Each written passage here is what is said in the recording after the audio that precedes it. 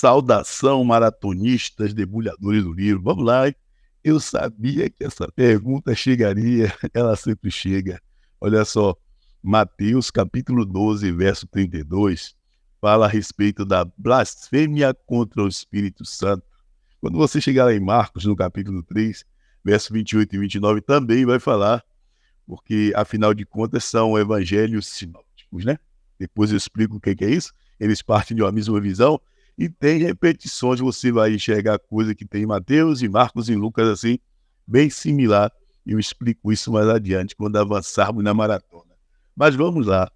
Afinal de contas, o que é essa blasfêmia contra o Espírito Santo? Bom,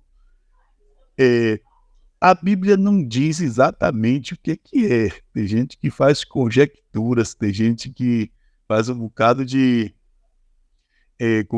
faz um bocado de receita em cima de tudo, como é comum do ser humano, né?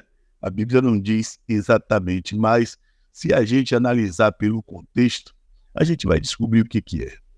A blasfêmia é um insulto, é uma rejeição de forma consciente. Então, quando se fala em blasfemar contra o Espírito Santo, significa o quê?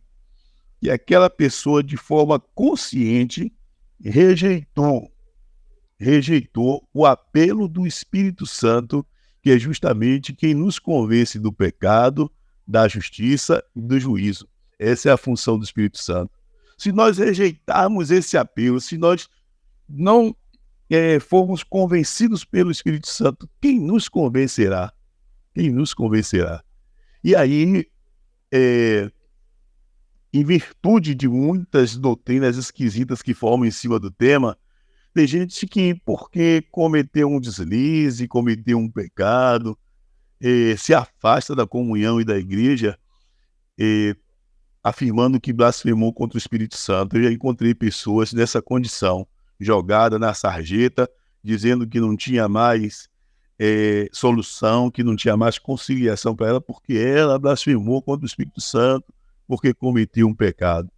Não, o Senhor Jesus fala assim, toda blasfêmia até contra Deus será perdoada, mas a blasfêmia contra o Espírito Santo não. Só o fato da pessoa pensar que não tem mais reconciliação, pensar que não tem mais volta e ter a amargura no coração por conta disso, significa que o Espírito Santo está agindo no coração dela, convencendo do pecado, da justiça e do juízo, porque ela tem noção do pecado que cometeu.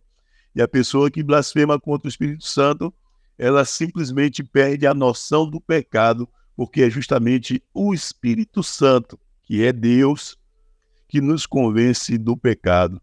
Então o contexto era o que ali? Os fariseus que acusavam Jesus de expulsar demônio pelo príncipe das trevas e olhavam a graça de Deus expressa em Jesus Cristo, a configuração da promessa de Deus diante deles, e eles rejeitavam toda aquela maravilha por conta do apego à religião. Isso, de fato, é uma blasfêmia. Você trocar a verdade de Deus por qualquer outra coisa, isso é uma blasfêmia, certo? E é por isso que lá em João ele vai dizer assim, veio para os seus, mas os seus não receberam. Mas a todos quanto receberam, deu-lhes o direito de ser feito filho de Deus, a saber, daqueles que creem em seu nome. Então, não fique preocupado não, viu?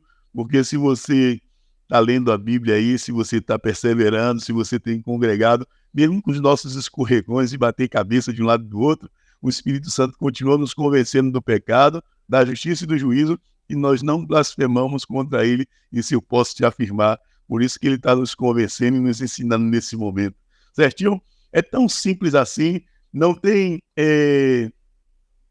Não tem nenhuma fórmula mágica para isso, mas a questão é, discernimento é o que nós precisamos. Lá adiante nós vamos falar sobre dom do Espírito, fruto do Espírito e dons espirituais, mas deixa a gente correr um pouquinho mais. Agora fica aí a dica, certo?